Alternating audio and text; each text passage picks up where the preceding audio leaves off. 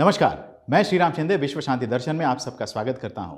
विश्वधर्मी professor doctor Vishwanath Karad द्वारा संकल्पित विश्व शांति दर्शन एक ऐसा न्यूज चैनल है जिसमें हम सुनते हैं कुछ अच्छी और सकारात्मक खबरें। आइए शुरू करते हैं आज की सुर्खियों के बाद। हर रोज 25 किलोमीटर चलने वाली शिक्षिका, परीक्षा नहीं शिक्षा है जरूरी। लौटे स्कॉटलैंड के जंगल, स्कूल बैग का वजन होगा कम, जूते बढ़ेंगे बच्चों के साथ। 65 साल की उम्र में भी अपने छात्रों को पढ़ाने के लिए ये टीचर 25 किलोमीटर का सफर पैदल तय करती है। आइए मिलते हैं नारायणी टीचर से। केरल के कासरगोड में पिछले 50 वर्षों से केवी नारायणी नामक एक शिक्षिका छात्रों की पीढ़ियों को शिक्षा प्रदान करने के लिए हर दिन 25 किलोमीटर पैदल चल रही है। यह उनकी असाधारण यात्रा की कहानी है। कासरगोड की 65 वर्षीय केवी नारायणी सुबह 4:30 बजे अपना दिन शुरू करती हैं और शाम 6:30 बजे तक घर पहुंच जाती हैं। हर रोज वह अपने सभी छात्रों के घर जाती है और काम खत्म करके रात को घर लौटती है। नारायणी 1971 में 10वीं कक्षा से पास हुई और कभी कॉलेज नहीं गई, लेकिन वह 4 भाषाएं जानती हैं: अंग्रेजी, मलयालम, हिंदी और संस्कृत। उन्होंने 15 साल की उम्र में पढ़ाना शुरू कर दिया था, लेकिन वह कभी स्कूल की शिक्षिका नहीं बनी। पिछले 50 वर्षों के भीतर उन्होंने 100 से अधिक छात्रों को पढ़ाया है। सिंगापुर में भी अब नहीं रहेंगी परीक्षाएं, बदल रहा है शिक्षा का तरीका। सिंगापुर अब छात्रों के प्रदर्शन की एक दूसरे से तुलना नहीं करेगा, सिर्फ यह दिखाने के लिए कि सीखना कोई प्रतियोगिता नहीं है। अब कक्षा में रिपोर्ट कार्ड छात्र की स्थिति नहीं दिखाएंगे। यहाँ के स्कूल अब छात्रों को अपनी प्रगति पर ध्यान केंद्रित करने का मौका देगी और दूसरों के साथ स्वस्थ तुलना को हतोत्साहित करेगी। 6 से 8 वर्षों की आयु के छात्रों की कोई परीक्षा नहीं होगी। कुछ बुजुर्ग छात्रों के लिए भी परीक्षाएं हटाई जाएंगी। सिंगापुर के शिक्षा मंत्रालय का उद्देश्य है नए विषयों के साथ तालमेल बिठाना, स्व शिक्षा को प्रोत्साहित तथा प्रेरित करना और अंकों पर जरूरत से ज्यादा फोकस कम करना। अन्य देशों को भी सिंगापुर से सीखने की जरूरत है। लौट रहे हैं स्कॉटलैंड के जंगल। 6 से बढ़कर 18% भूमि अब जंगल का रूप ले चुकी है।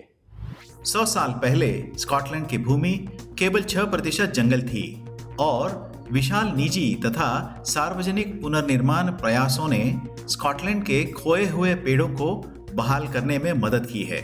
अब स्कॉटलैंड 18% जंगल है। स्कॉटिश सरकार का लक्ष्य 2032 तक 21% वन क्षेत्र को बढ़ाना है। जंगलों को फिर से जीवंत करने वाला यह प्रयास और स्कॉटिश जलवायु आंदोलन सामान्य रूप से बहुत लोकप्रिय है और इसे जनता का समर्थन प्राप्त है। लगभग 80% स्कॉटिश लोगों ने हाईलैंड्स के पुनर्नवीकरण का समर्थन किया है। स्कॉटलैंड अपने उबड़ खाबड़ और खूबसूरत परिदृश्य को फिर से हरा भरा करने तथा दुनिया के लिए अपनी भूमिका निभाने की राह पर है। फ्लोटिंग बैकपैक उपयोगकर्ता के कंधों से वजन कम करता है। जानते हैं क्या है यह तकनीक। होवरग्लाइड द्वारा बनाया गया एक फ्लोटिंग बैकपैक चलते या दौड़ते समय उपयोगकर्ता के कंधों पर भार को काफी कम करता है। मूल रूप से सैनिकी बलों के लिए बनाया गया यह बैकपैक जमीन के सापेक्ष समान ऊंचाई पर रहता है, जबकि उपयोगकर्ता का शरीर चलता रहता है। इससे ऐसा लगता है कि यह जादुई रूप से तैर रहा हो। पेंसिल्वेनिया विश्वविद्यालय के जीव विज्ञान के प्रोफेसर डॉक्टर लोरेन रोम को जब नौसेना अनुसंधान कार्यालय द्वारा सैनिकों के भार को कम करने के लिए कहा गया तो वे सस्पेंडेड लोड टेक्नोलॉजी आगे लेकर आए। उनका बनाया बैकपैक अतिरिक्त गुरुत्वाकर्षण प्रेरित भार को कम करता है और इससे चलना तथा दौड़ना आसान बन जाता है। जैसे जैसे बच्चे बड़े होंगे वैसे वैसे उनके जूते भी आकार बदलेंगे। जानते हैं क्या है ये कल्पना।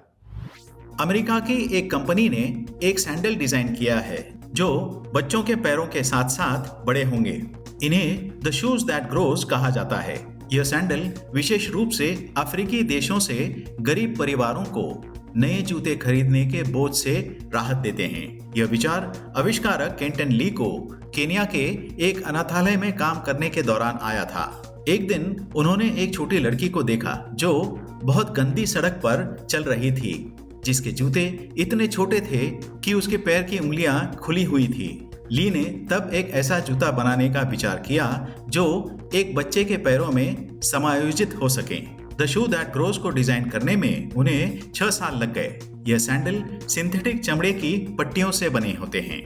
ये सैंडल वर्षों तक चलने के लिए 5 आकार तक बढ़ सकते हैं। इनके 2 मॉडल हैं, एक 4 से 8 साल के बच्चों के लिए और दूसरा 8 से 12 साल के बच्चों के लिए। दुनिया भर के दाताओं की मदद से 69 देशों में बच्चों को 1.5 लाख से अधिक जोड़े वितरित किए जा चुके हैं। अधिकतर हवाई जहाज सफेद रंग के ही क्यों होते हैं? आइए जानते हैं जाते जाते। आमतौर पर हवाई जहाज समुद्र तल से करीब 35,000 फीट की ऊंचाई पर उड़ते हैं। ये ऊंचाई कम या ज्यादा हो सकती है। इतनी ऊंचाई पर सूर्य की रोशनी ज्यादा तेज होती है, जो हवाई जहाज को बहुत गर्म कर देती है।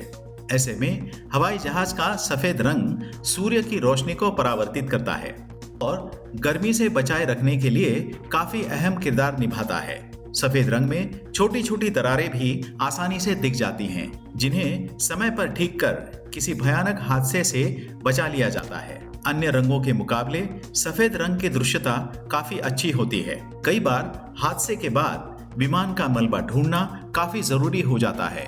ऐसे में सफेद रंग का मलबा भी आसानी से ढूंढा जा सकता है।